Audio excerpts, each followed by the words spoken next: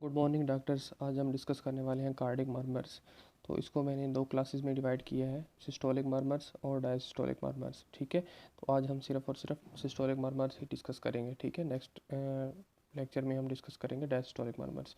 ठीक है, तो इसमें फर्स्टली क्या होता है, mid systolic murmur. Mid systolic murmur जो है ये जस्ट आफ्टर S1 साउंड्स के बाद होता है। मतलब ये सारे सिस्टोलिक हैं, तो सिस्टोलिक साउंड जो है S1 और S2 जो है वो सिस्टोलिक साउंड है। ठीक है, S1 के बाद प्रोड्यूस होता है, ये स्टार्ट होता है, और फिर जब मिड पे पहुंचता है सिस्टोलिक तो ये बहुत पीक पे होता है, और फिर 2 पे आते आते ये कम हो जाता है। ठीक है, तो ये मैंने ड्रा किया है सिस्टोलिक फेज़ और डायसिस्टोलिक फेज़। ठीक है, सिस्टोलिक जो है 0.3 सेकंड का होता है और डायसिस्टोलिक 0.5 सेकंड का होता है। ठीक है, तो टोटल जो हार्ट साइकिल है वो 0.8 सेकंड का होता है। ठीक है, तो ये सिस्टोलिक फेज के स्टार्ट में S1 होता है। S1 किस तरह प्रोड्यूस होता है, the closure of the mitral valve and tricuspid valve के क्लोजर से हमारे पास S1 साउंड प्रोड्यूस होता है। ठीक है, तो ये जो ही लेफ्ट वेंट्रिकल और राइट वेंट्रिकल का प्रेशर बढ़ेगा तो ये वाल्व क्लोज होंगे, इनके क्लोजर से S1 साउंड प्रोड्यूस होगा, और फिर इसके बाद हमारा जो मिड सिस्टोलिक मर्मर है वो इस तरह स्टार्ट होगा, यहाँ पे पीक तक जाएगा और फिर कम हो जाएगा। ठीक है, तो ये प्रोड्यूस किस तरह होता है, सबसे पहली और बेसिक रीज़न ये है कि जो हमारा अयोर्टा है, यानी कि यहाँ से ब्लड इस तरफ मूव करना है, तो जो हमारा अयोर्टा है वो स्टीनोज हो जाता है, मतलब सख्त हो जाता है। तो हम ये जो वेंट्रिकल है ये ब्लड उसको में प्रॉपर पुश नहीं कर पा रहा होता। ठीक है, जिसकी वजह से एक साउंड प्रोड्यूस हो रहा होता है, तो इसको हम मिड सिस्टोलिक मर्मर कहते हैं। इसकी अदर रीज़न ये हो सकती है कि ऑब्स्ट्रक्शन हो सकती है, hypertrophic obstruction of the cardiac myopathy. ठीक है, तो ये आगे पैथोलॉजीज़ हैं, इनको हम डिस्कस करेंगे फर्दर। ठीक है, इसके अलावा पल्मोनरी स्टीनोसिस भी हो सकती है। ठीक है, अगर एओर्टा सख्त हो सकता है तो पल्मोनरी आर्टरी भी तो सख्त हो सकती है, जिसकी वजह से हमें ये मर्मर सुनने को मिल सकता है। ठीक है, तो ये मिड सिस्टोलिक मर्मर रीज़न ये है कि ये स्टार्ट से ही हो जाएगा, जब यूं ही वेंट्रिकल कंट्रैक्ट करना स्टार्ट करेगा ये शुरू हो जाएगा, और जब इसकी ये कंट्रैक्शन इसकी पीक पे पहुंचेगी तब ये बहुत ज़्यादा सुनाई दे रहा होगा, और जब ये आहिस्ता आहिस्ता कम प्रेशर होता जाएगा वेंट्रिकल में तो ये कम होता जाएगा। ठीक है, तो इस तरह मिड सिस्टोलिक मर्मर मीन के स्टार्ट होता है S1 के बाद, और फिर पीक पे जाता है और S2 पे आके ख़त्म हो जाता है। ठीक है, नेक्स्ट है हमारे पास pan systolic murmur. Pan systolic murmur का मतलब ये होता है कि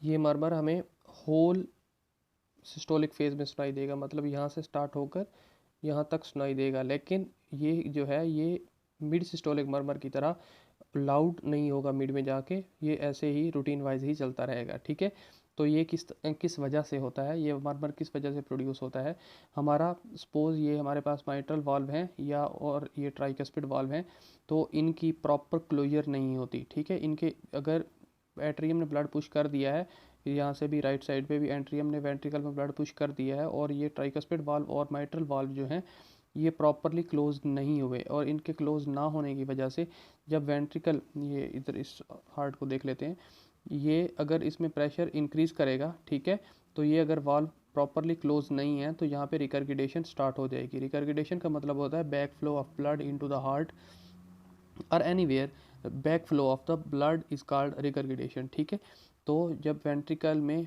प्रेशर इंक्रीज होगा तो एओर्टा में भी ब्लड जाना चाहिए और राइट साइड पे पल्मोनरी आर्टरी में ब्लड जाना चाहिए, लेकिन जब हमारे पास ट्राइकस्पिड वाल्व और माइट्रल वाल्व प्रॉपरली क्लोज नहीं है तो ये बैक फ्लो स्टार्ट हो जाता है। ठीक है, तो होल सिस्टोलिक में मतलब ये कि सिस्टोलिक का मतलब ये होता है कि जब हमारा वेंट्रिकल कंट्रैक्ट कर रहा होता है, ठीक है, तो ये हमारा जब ये कंट्रैक्ट करना स्टार्ट करेगा तो ये बैक फ्लो होगा, जिसकी वजह से हमें एक साउंड सुनाई देगी, जिसको हम कहते हैं कि पैन सिस्टोलिक मर्मर। ये पूरी की पूरी सिस्टोलिक फेज में हमें सुनाई देता रहेगा। ठीक है, तो ये है pan systolic murmur, mean S1 से के बाद स्टार्ट होता है, और whole the systolic system, whole the systolic phase हम सुन सकते हैं up to S2 pan systolic murmur को हम सुन सकते हैं। ठीक है, तो यहाँ पे मैंने S2 के 2 कंपोनेंट्स बनाए हैं। इसकी रीज़न ये है कि एक एओर्टिक कंपोनेंट है, एक पल्मोनरी कंपोनेंट है, ये दो अलग अलग कंपोनेंट होते हैं। ठीक है, जब हमने S2 साउंड को डिस्कस किया था तो उसमें मैंने बताया था इस चीज़ को। ठीक है, आगे है late systolic murmur. Late systolic murmur का मतलब ये है कि ये हमें just before the S2 sound यहाँ पे सुनाई देगा। ठीक है, ये क्यों सुनाई देता है हमें, रीज़न ये है कि ये देखें, ये सपोज एक एट्रियम है, ठीक है, और इसके ये मैंने 2 लीफलेट बनाए। मैं लीफलेट बनाना चाह रहा था लेकिन फिर छोटे हो गए, ठीक। ये है एक लीफलेट, ये है सेकंड लीफलेट, ठीक है। तो ये हमारे वॉल्व के लीफलेट्स हैं, ठीक है। इसमें क्या होगा कि सपोज यहाँ पे वेंट्रिकल से प्रेशर इंक्रीज़ कर रहा है और एओर्टा में मूव कर रहा है और पल्मोनरी आर्टरी में मूव कर रहा है, ठीक है। तो ये मैंने माइटल वाल्व बनाया है, ठीक है, एट्रियम के साथ माइटल वाल्व। तो इसमें क्या होगा कि जब इसका प्रेशर बहुत ज़्यादा इंक्रीज़ कर जाता है, इंक्रीज़ करता रहता है, और फिर जब बहुत ज़्यादा इंक्रीज़ कर जाता है मतलब सिस्टोलिक फुल पीक पे पहुंच जाता है, ठीक है। तो उस वक्त क्या होता है कि यहाँ पे प्रेशर इस वाल्व पे भी पड़ रहा होता है, ठीक है। तो हमारा जो एक वाल्व या एक लीफलेट है एक साइड वाल्व की, वो प्रोलैप कर जाती है, ठीक है, ऊपर की तरफ मूव कर जाती है, जिसकी वजह से प्रेशर पड़ता है हमारे कॉर्डा टेंडनी पर, ठीक है। कॉर्डा टेंडनी कहाँ पे होता है, यहाँ पे मैं इधर यहाँ पे इसमें शो कर देता हूँ। यहाँ पे मसल्स टाइप होते हैं, ठीक है, पेपिलरी मसल जिस तरह होते हैं इस तरह यहाँ पे कॉर्डा टेंडनी होते हैं, ठीक है।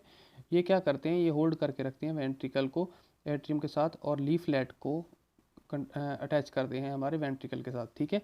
तो इसमें क्या होगा कि कॉर्डा टेंडनी पर बहुत ज़्यादा प्रेशर बढ़ेगा तो ये हमारा एक लीफलेट जो है वो ऊपर की तरफ मूव कर जाएगा और ये जो ब्लड है थोड़ा सा ऊपर की तरफ बैक फ्लो करेगा from the one side of the leaflet, ठीक है। तो ये एंड सिस्टोलिक मर्मर हमें सुनाई देगा, ठीक है, या लेट सिस्टोलिक मर्मर, ठीक है।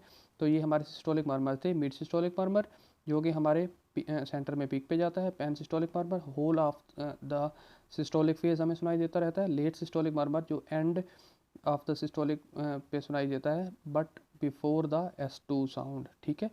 तो ये था आज का सिस्टोलिक मर्मर्स। नेक्स्ट लेक्चर में हम इंशाल्लाह डिस्कस करेंगे डायसिस्टोलिक मर्मर।